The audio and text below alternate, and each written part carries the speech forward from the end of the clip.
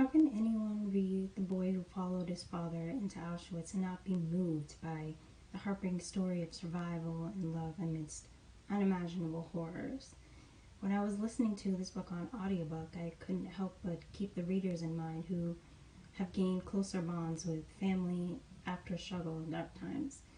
A lot of the families throughout this time period were dealing with homelessness, job loss, poor conditions, but also felt the loneliness and isolation from anti-Semitism.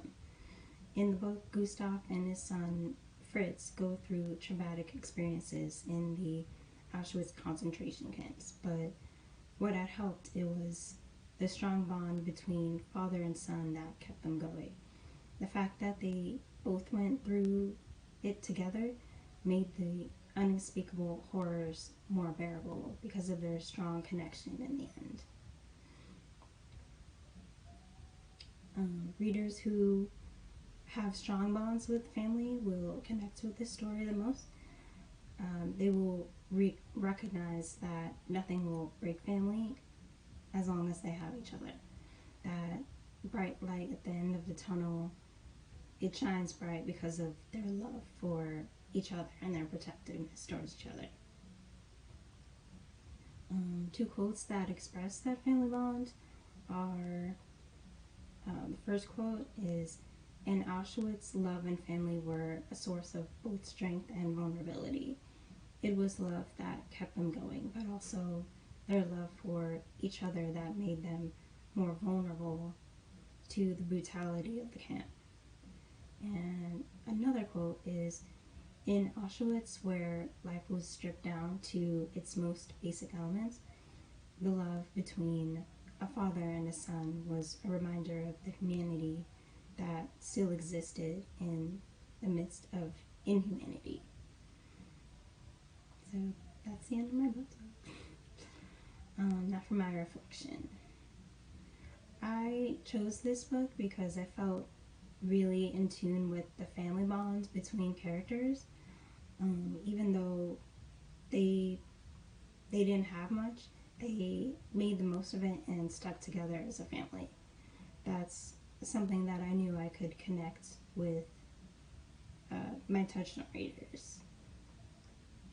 And I chose the Ask a Question hook because I thought it would set the mood of this kind of tough discussion easier. I wanted to make people think.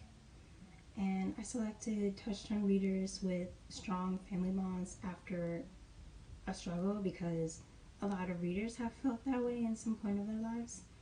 And even though Gustav and Fritz's story was set in a different time period, their strong bond used for resilience is something readers can gravitate toward to.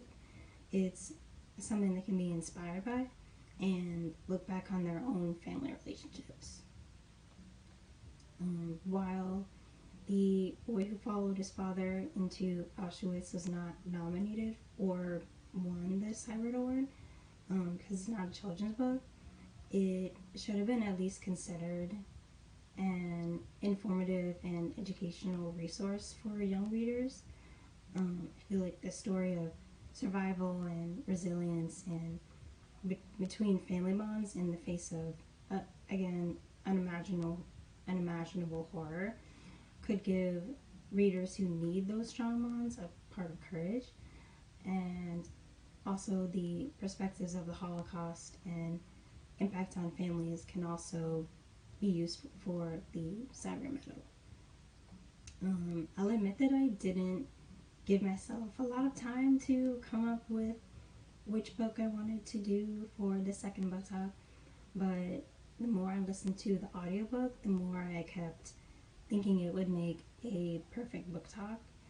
I'm glad I decided to push forward my camera shyness, and just do it, It helped that I had a much more fleshed out script than the first book talk I did. I was able to follow through this script a lot easier. I'm still taking pauses.